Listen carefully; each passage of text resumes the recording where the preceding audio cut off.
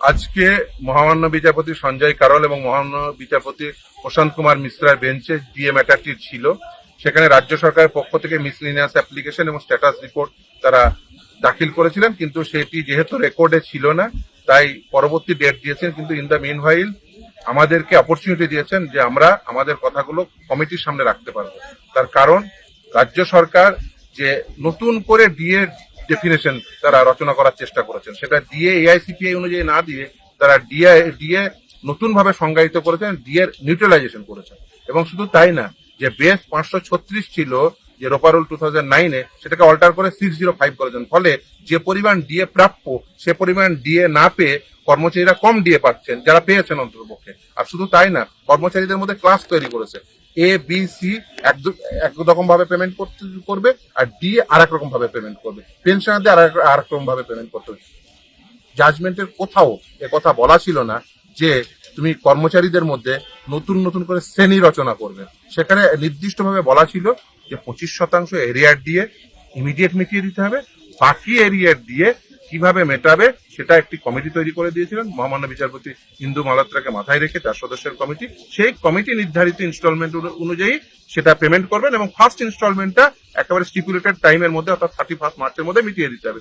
কিন্তু কর্মচারীরা সেই টাকাটা পাননি, উল্টে যেভাবে ক্যালকুলেশন করা হয়েছে সেটা কিন্তু একেবারে সঠিক ক্যালকুলেশন না, অ্যাজ পার জাজমেন্ট না। কারণ জাজমেন্ট খুব স্পেসিফিক, রোপা রুল 2009 মোতাবেক এআইসিপিআই যে ডেফিনেশন দেওয়া আছে, যেভাবে ডিএ ডিফাইন করা আছে সেভাবেই দিতে হবে।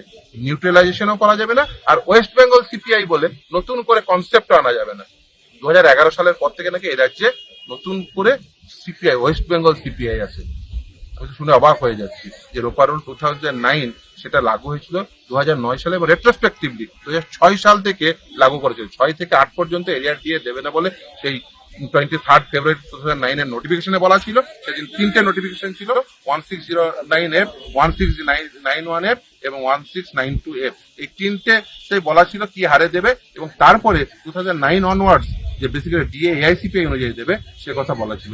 আজকে আমাদের পক্ষ থেকে আমি ছিলাম, রূপ রহিম ছিলেন, বিকাশ রঞ্জন ভট্টাচার্য তিনি অনলাইনে ছিলেন, এবং তিনি নির্দিষ্টভাবে বলেছিলেন যে এই যে কমপ্লায়েন্স দিয়েছে সেটার বিরুদ্ধে আমরা অবজেকশন দিতে চাই, নাম্বার 1। নাম্বার 2, আমাদের যাতে ওই কমিটির সামনে অপরচুনিটি দেয়। বন্ধুগণ, আজকে এই মামলার শুনানি ছিল এবং আমাদের আইনজীবী ফিরদৌস শামীম বিস্তারিতভাবে বলেছে, আমি অতটা বিস্তারিত বিষয়ে যাচ্ছি না। আজকে আমাদের সুপ্রিম কোর্টে হাজির ছিলেন সুপ্রিম কোর্টের সিনিয়র অ্যাডভোকেট রহিব রহম, ছিলেন আলী রহিম এবং শেখর কুমার, আর ছিলেন ফিরদৌস শামীম। কলকাতা থেকে অনলাইনে ছিলেন সিনিয়র অ্যাডভোকেট বিকাশ রঞ্জন ভট্টাচার্য এবং গোপা বিশ্বাস। আমরা অত্যন্ত সুনির্দিষ্টভাবে কতগুলো জিনিস বলছি। মহামান্য সুপ্রিম কোর্ট একদম একটা টাইম বাউন্ড, নির্দিষ্ট এবং অত্যন্ত খুব স্পেসিফিক নির্দেশ দিয়েছেন যে all India consumer price index মেনে এপ্রিল 2008 থেকে ডিসেম্বর 2019 পর্যন্ত ডিএটা বা এরিয়ার ডিএ এবং যারা পেনশনার তাদের ডিয়ারনেস রিলিফটা দিতে হবে। সরকার এটা তো দেয়নি নেই, উল্টে অত্যন্ত নিন্দনীয়ভাবে মহামান্য সুপ্রিম কোর্টকেও বিভ্রান্ত করতে চেয়েছেন।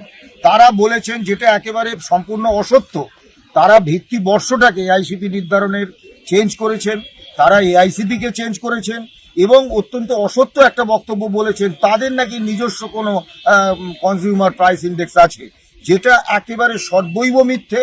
এবং মহামান্য আদালতে আজ পর্যন্ত তারা কিন্তু এই কথা বলেননি।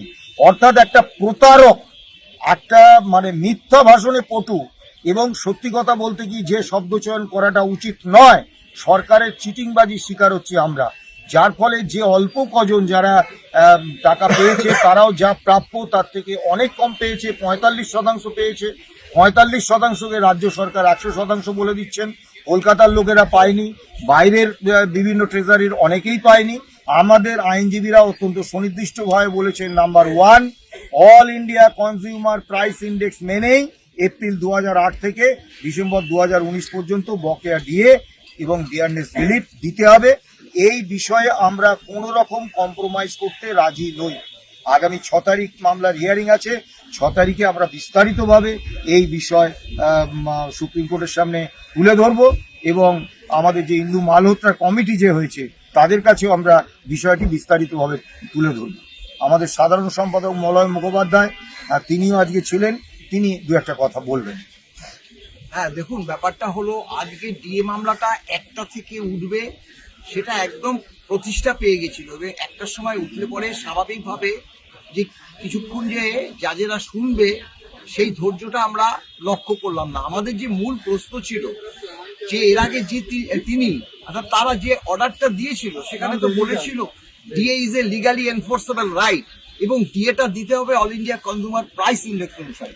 কিন্তু এই দুটোর মধ্যে দুটোই তো দেখলাম ভায়োলেট করেছে, কারণ আমাদের যে all India consumer price index অনুসারে দেয়নি এবং এই যে ডিএ যে এনফোর্সেবল রাইট, সেই রাইটটা যদি হয় তাহলে তো ঠিক মতো ডিএটা কেন দিচ্ছে না?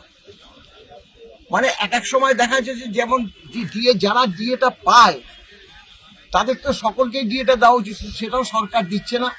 তারপরে যারা অবসর নিয়েছে তাদের ঠিক মতো যে ক্যালকুলেশন সেটা করছে না। এইসব অভিযোগগুলো আমরা নিয়ে এসেছিলাম, কিন্তু বিস্তারিত ব্যাখ্যায় আজকে আমরা সেটা রাখতে পারলাম না, কারণ সর্বোচ্চ আদালত সেটা শুনতে চাইলো না। তারা একটা ডেট দিয়ে দিল আগামী 6 মে, অর্থাৎ তার মধ্যে যে রাজনৈতিক পরিস্থিতিও অনেকটা হয়তো বদলিয়ে যাবে।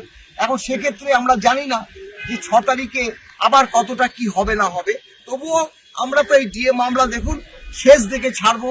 আমরা আপনাদের কাছে বহুবার বলেছি, এখনো বলছি, একদম এখানে যে সুপ্রিম কোর্টের ডিএ মামলা এন্ড হবে, তারপরেই আমাদের লড়াই একদম শেষ হবে। আর একটা বিষয় বলছি যে 4% ডিএর ঘোষণা করেছিলেন বাজেটে মুখ্যমন্ত্রী, কিন্তু আজও সেই 4% ডিএর সরকারি অর্ডার কিন্তু বেরোয়নি। বাজেটে একটা সরকার মিথ্যে কথা বলছে, এটা অত্যন্ত লজ্জার বিষয়। আমরা সরকারের কাছে দাবি করছি এই 4% অবিলম্বে সরকারি অর্ডার বার করা হোক। নমস্কার, ভালো থাকবেন, সুস্থ থাকবেন।